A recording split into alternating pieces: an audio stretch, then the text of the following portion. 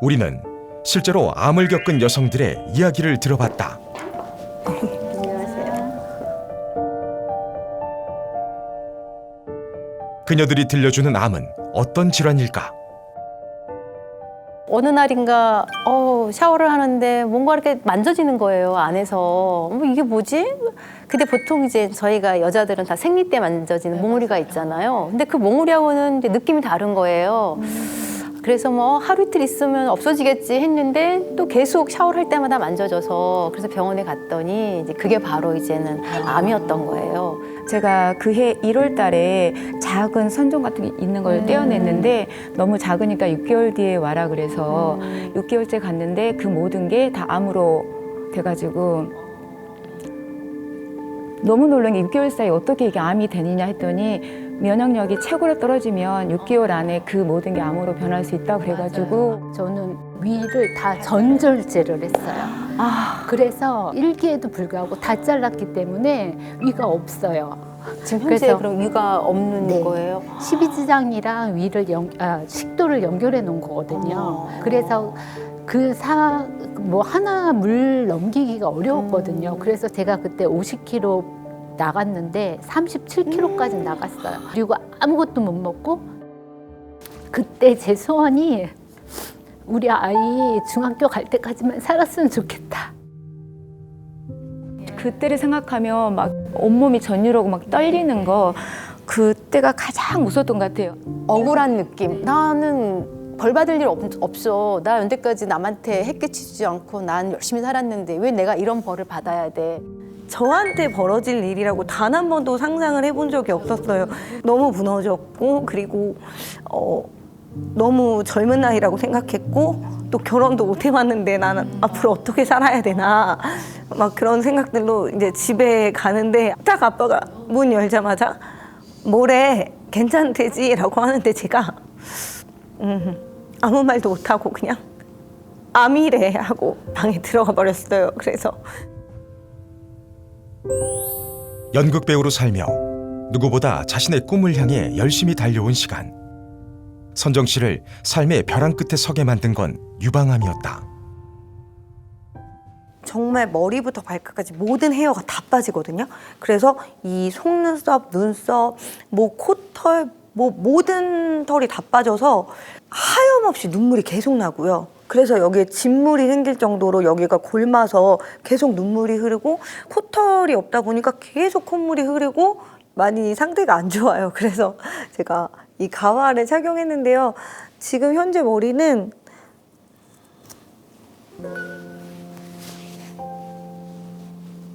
이렇게 3년 동안 항암 치료를 받은 그녀. 가발은 외출할 때마다 빼놓을 수 없는 필수품이 됐는데 암으로 인한 끔찍한 통증과 항암 치료 부작용으로 따라오는 고통까지. 암이 오기 전 그녀들의 생활 습관은 어땠을까? 식생활이 별로 안 좋았어요, 저는. 그리고 잠을 자야 되는데 또 다음 날 또 일할 생각에 극심한 스트레스와 이렇게 우울감, 불안 때문에 결국은 제대로 이제 수면을 하지 못했고 뭐 잠은 뭐 나중에 정말 죽어서 잔다라고 말하는 것처럼 거의 못 자는 삶을 너무 오랫동안 지속을 하다 보니까 이런 것들이 좀 영향을 받지 않았나. 암이라는 공통점만 갖고 있던 여성들. 이들이 입을 모아 이야기하는 것은 바로 수면 부족이었다. 암과 수면 부족. 그 사이엔 어떤 관계가 있는 것일까? 우리가 잠을 잘 때 모든 생명체는 몸을 청소하는 기능이 필요하거든요. 엔진이 과열되면 결국은 문제가 되듯이 잠깐 쉬어가는 그게 바로 잠이 되는 건데요. 사람도 그렇고 동물도 그렇고 식물도 그렇고 모든 세포가 활동기가 있고 휴면기가 있는데 휴면기 때는 가만히 있는 게 아니라 많은 기능을 하게 되는 거죠. 우리가 면역이라는 관점에서도 사실은 많은 환자들이 잠을 못 자서 생기는 면역 저하가 굉장히 많고요. 그것을 쭉 따라가면 가장 문제가 암이라고 하는 것도 결국 면역 질환을 보기 때문에 수면과 암 이런 질환도 우리가 연관성이 있다고 할 수가 있겠습니다. 연구에 따르면 잠을 잘 자는 것만으로도 기대 수명을 올릴 수 있다는데 결국 수면이 수명까지 좌우할 수 있다는 것.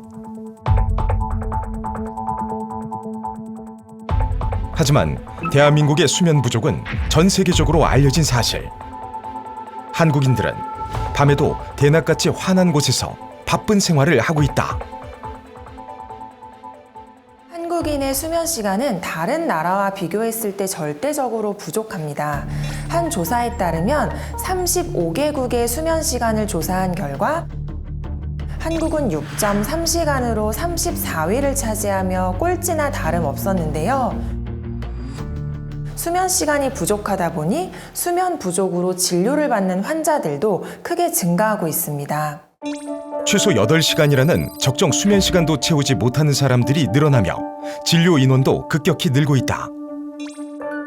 갱년기 증상이 시작되며 수면 부족을 호소하는 50대를 기점으로 암 발생도 큰 폭으로 증가하고 있는 상황. 한 연구에 따르면 한국을 비롯한 아시아인의 짧은 수면 시간이 암 발생을 36%나 증가시키고 여성의 경우 유방암 발병률을 높이는 원인이 된다.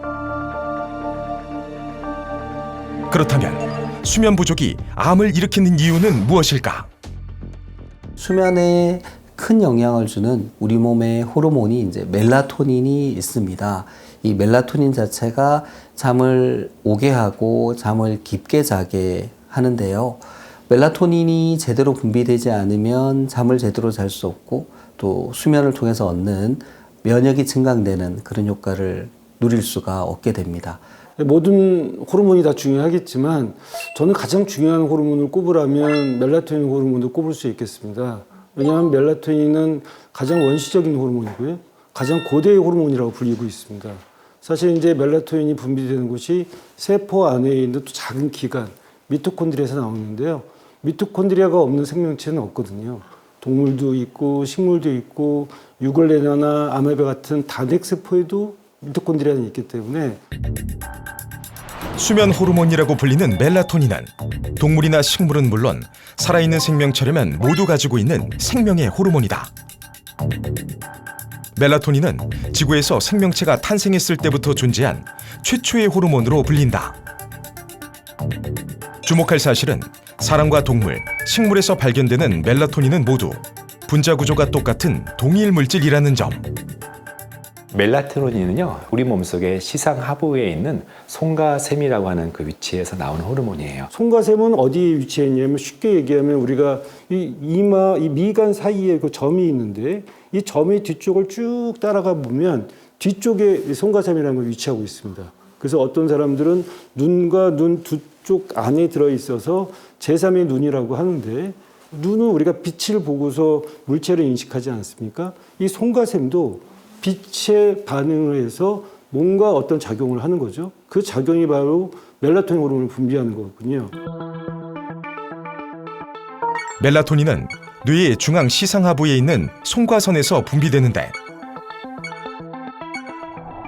햇빛이 있는 낮에는 분비되지 않다가 빛이 줄어드는 밤이 되면 송과선에선 멜라토닌을 분비한다. 이것이 바로 우리가 밤에 잠을 자는 이유다. 밤 10시부터 멜라토닌 분비가 시작되면서 졸음을 느끼게 되는데 이때 멜라토닌의 농도도 더 짙어진다. 아침이 되어 멜라토닌 분비가 줄어들고 코르티솔이 분비되어 잠에서 깨게 되는데 이 과정을 일주기 리듬이라고 한다. 문제는 이제 나이가 들수록 멜라토닌 분비가 줄어든다는 거예요. 멜라토닌 분비가 이제 영유아 시절인 한 1 내지 3세 사이에는 가장 높고요. 그 이후로 10년마다 한 10 내지 15%씩 감소한다고 알려져 있습니다. 그래서 한 50대가 되면은 영유아 시절에 한 7분의 1 정도로 줄어든다고 합니다.